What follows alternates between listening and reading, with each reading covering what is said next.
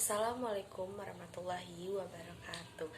Perkenalkan, nama saya Feni Saptiani dari kelas manajemen 22A dengan NPM 22411033. Pada kesempatan kali ini, izinkan saya menjelaskan materi statistik, materi kedua yang berjudul populasi dan sampel penyajian data. Populasi dan sampel.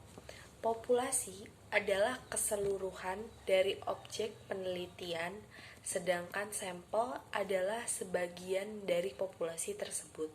Populasi dapat berupa orang, benda, peristiwa, atau keadaan. Misalnya, populasi dapat berupa seluruh siswa di suatu sekolah, seluruh pelanggan suatu perusahaan, seluruh penduduk suatu negara, atau seluruh kejadian kecelakaan lalu lintas.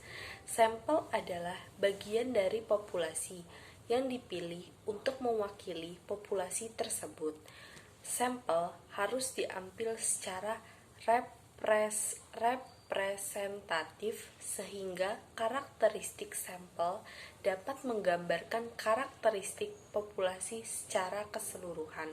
Perbedaan populasi dan sampel terletak pada segi jumlah. Populasi biasanya memiliki jumlah yang besar, sedangkan sampel memiliki jumlah yang lebih kecil. Teknik pembagian sampel. Teknik pengambilan sampel adalah proses dan cara mengambil sampel untuk menduga keadaan suatu populasi. Sampel merupakan bagian dari populasi yang digunakan untuk memiliki karakteristik populasi tersebut. Teknik pengambilan sampel dibagi menjadi dua, yaitu probability sampling, yaitu teknik pengambilan sampel yang memberikan peluang yang sama bagi setiap anggota populasi untuk dipilih menjadi anggota sampel. Teknik ini memungkinkan peneliti untuk membuat generalisasi dari karakteristik sampel menjadi karakteristik populasi. Non-probability sampling, yaitu teknik pengambilan sampel yang tidak memberikan peluang yang sama bagi setiap anggota populasi untuk dipilih menjadi anggota sampel. Teknik ini biasanya digunakan jika peneliti tidak memiliki daftar lengkap populasi atau jika peneliti ingin mempelajari karakteristik tertentu dari populasi. Berikut adalah beberapa contoh teknik pengambilan sampel probability. Yang pertama, simple random sampling, yaitu teknik pengambilan sampel secara acak tanpa memperhatikan karakteristik anggota populasi. Teknik ini dilakukan dengan menggunakan tabel angka random atau undian.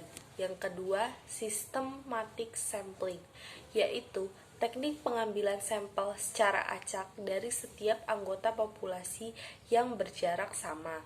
Yang ketiga ada stratified sampling, yaitu teknik pengambilan sampel yang membagi populasi menjadi beberapa strata kelompok berdasarkan karakteristik tertentu. Kemudian pengambilan sampel secara acak dari setiap strata. Yang terakhir yaitu ada cluster sampling, yaitu teknik pengambilan sampel yang membagi populasi menjadi beberapa kelompok klaster, kemudian mengambil sampel berupa klaster secara acak. Berikut adalah beberapa contoh teknik pengambilan sampel non-probability. Yang pertama ada judgmental sampling, yaitu teknik pengambilan sampel yang dilakukan berdasarkan pertimbangan peneliti. Yang kedua, convenient sampling, yaitu teknik pengambilan sampel yang dilakukan dengan mengambil anggota populasi yang mudah dijangkau. Yang ketiga yaitu ada quota sampling, yaitu teknik pengambilan sampel yang dilakukan dengan menetapkan jumlah anggota populasi tertentu dari setiap kelompok karakteristik. Yang keempat yaitu ada snowball sampling, yaitu teknik pengambil sampel yang dimulai dari satu anggota populasi, kemudian peneliti meminta anggota populasi tersebut untuk merekomendasikan anggota populasi lainnya. Cara menentukan ukuran sampel. Ukuran sampel adalah jumlah unit pengamatan yang diambil dari populasi untuk mewakili populasi tersebut. Ukuran sampel yang tepat akan menentukan seberapa akurat hasil penelitian. Ada beberapa faktor yang perlu dipertimbangkan dalam menentukan ukuran sampel, yaitu ukuran populasi.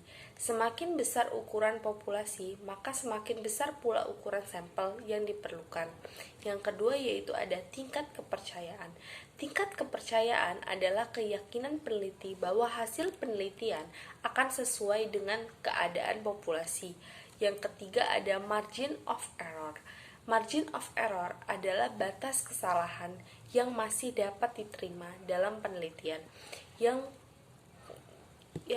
kelima yaitu ada jenis penelitian.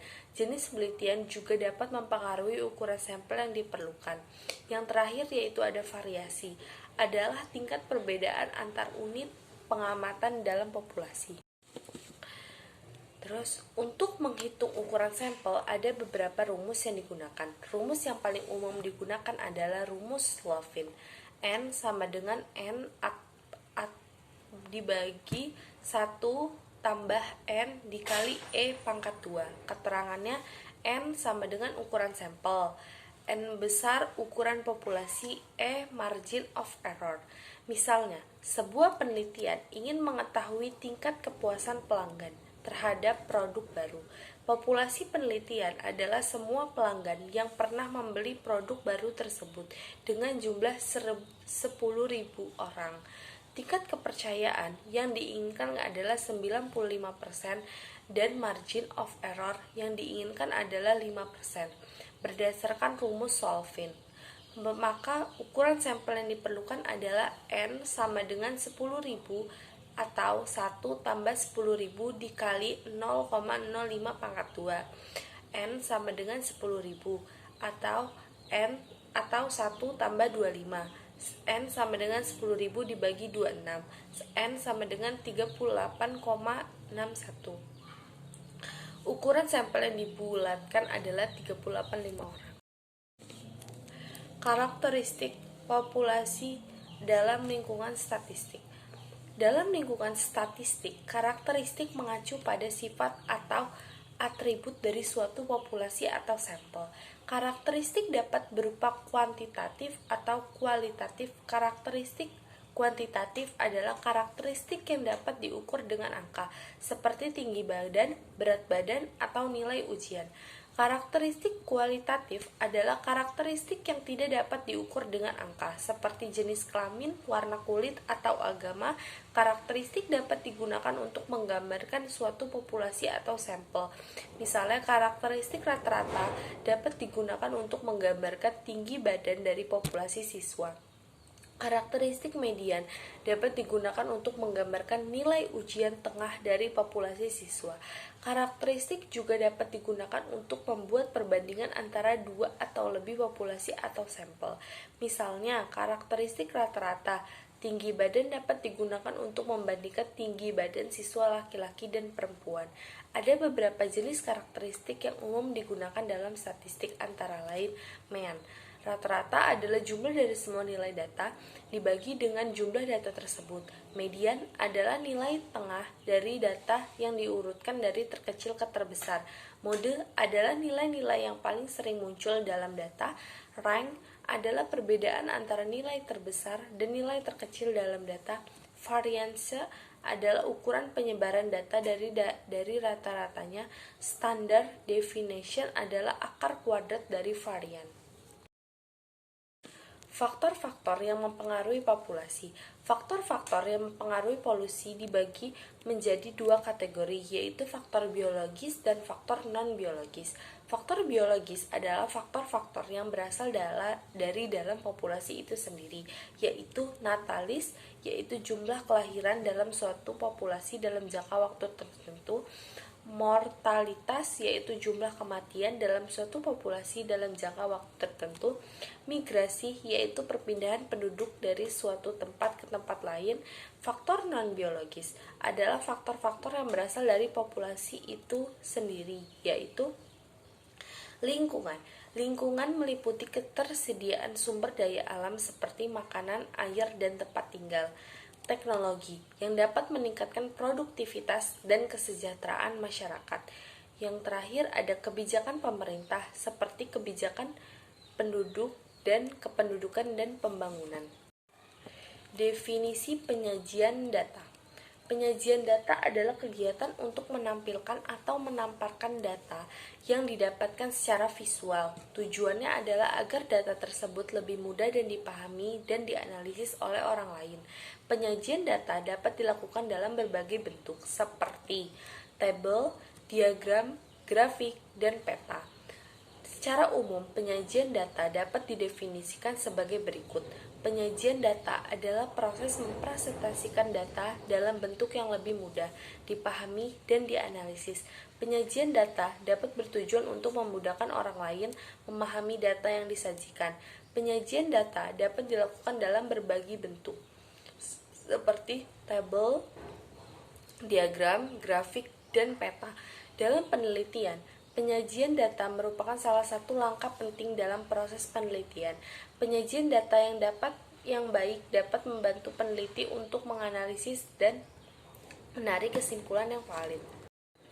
Demikian yang bisa saya sampaikan dari menjelaskan materi statistik yang kedua. Saya ucapkan terima kasih. Wassalamualaikum warahmatullahi wabarakatuh.